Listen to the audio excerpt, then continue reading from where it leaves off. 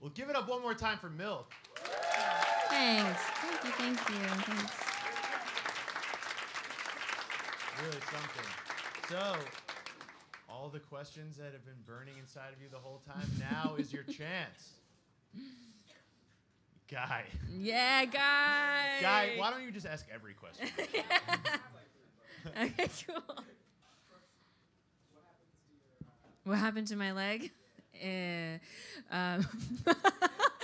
I want to make up a really interesting story, but after I got back from tour, I was so excited to get on the couch and do nothing that I was so focused on that I was like pulling out the luggage from the backseat of the car, and it was so heavy that it like tilted, and then my ankle gave out, and then it was like a Japanese anime, and I was like on the street with my luggage on top with like a big teardrop, you know?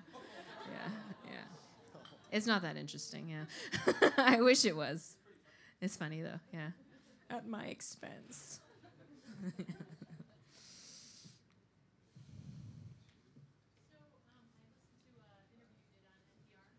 Oh yeah, yes.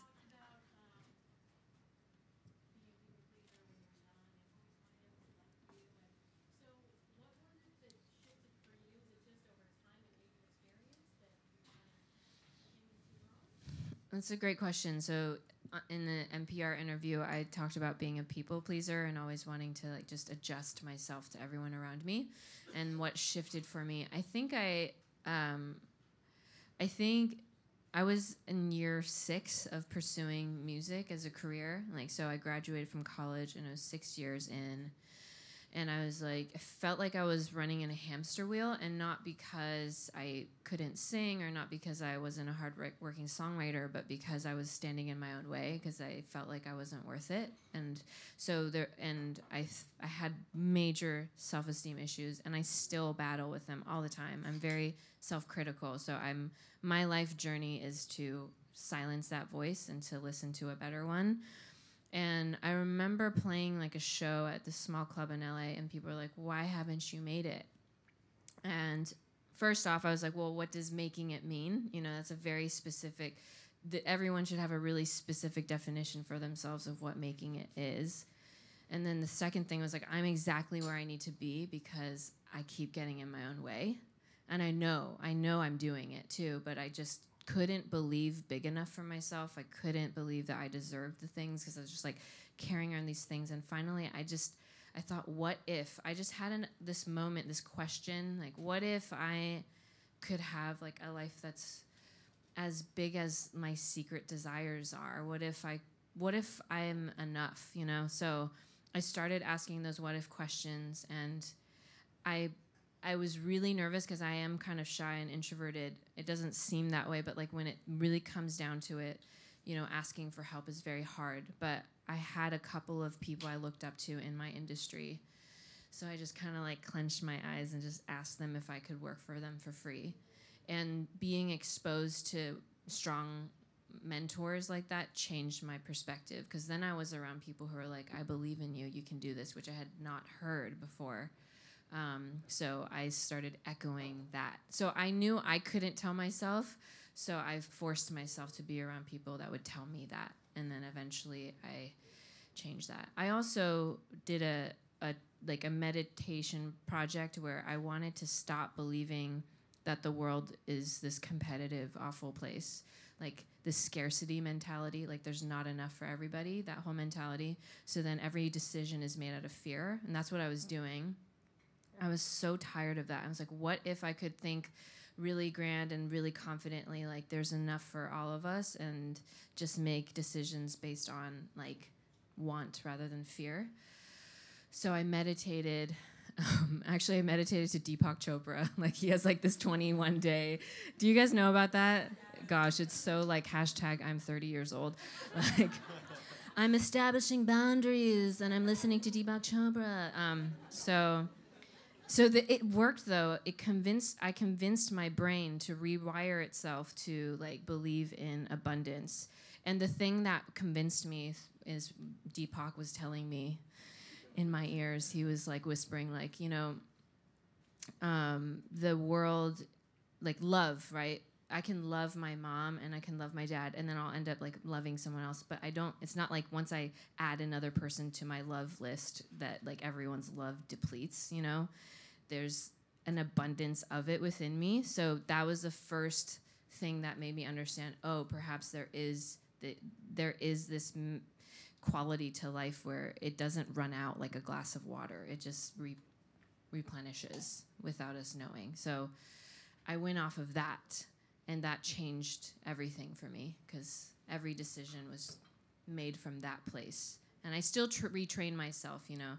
It's easy, like, getting signed to a major, and then they're like, oh, this next song is going to be blah, blah, and, like, it's going to be amazing, and I'm like, oh, my God, all these expectations, and then it's like, yeah, and then what if all of it doesn't happen, you know? What if none of it happens? Like, can I still be okay with all of it? And I have to be okay with all of that. So that's what I've been trying to get to that zen. Yeah. How is working with Atlantic Records? It was shit. No, I'm just kidding. How is working with Atlantic Records? Well, they're in this building, and there's some of the staff members. So it's so amazing. No, I'm just kidding. Actually, it's been a blessing. You know, there's like this myth that, you know, to be a female singer, you have an age limit. You know, like once you're over 25, you're basically dead, and you know, you have to wear like scantily clad clothes or whatever. There's like all these myths, but the beauty of the internet is that like this song became viral because of you guys, because of people. And so the label Atlantic's like hip to that. They're like, well, if what you did of following your heart has brought you here, then you keep following your heart and we'll follow you. And so I feel really lucky to be in that. But, you know, I remember being in my early 20s, like, when am I gonna actually have like a paycheck to make music? Can I do this? Do I have to make these compromises to fit in these boxes? But like, lo and behold, I don't know. Life changes and the world provides what we need when we're ready for it. So it's been lovely, and I think I'm an open person, which is my strength and my weakness. So it's been like, for me, learning how to balance hearing everyone's opinions, but then like making sure I go back to myself to be like, does this feel right to me? Because the risk of being open and loving in some ways is sometimes that we can lose ourselves, and that's my whole path has been that. So I don't want to do that anymore. So it's a constant challenge, and it takes a lot of energy for me, but it's worth it because I don't know, the art gets better and better. So yeah. Cool. We have time for one more question. I saw your hand go up first. We can do two. We can do two. Yeah, we can do two. Yeah. When was I able to first start making a living off of music? Well, I would say after I graduated college, then it was like 4 years. I would tutor. So I tutored like SATs and ACTs, all that stuff. I used my UC Berkeley degree that way. Like, my parents are so heartbroken. They're like, what are you doing with your life? Go Bears. Are you a Cal Bear? Go Bears. So yeah, that was hard for my parents. I was like, I'm going to just be a musician. Thanks. Thanks, Mom and Dad. And so I kind of like tutored. I tried to be as passionate of a teacher as possible, but I knew that was like something I had to slowly diminish the hours of. So I set those boundaries very strictly for myself. And then I started singing at hotel lobbies. And then I started doing that full time, which is such a trip. And because, like, you know, you're trying to sing for people who are just traveling, and it made me grow thick skin.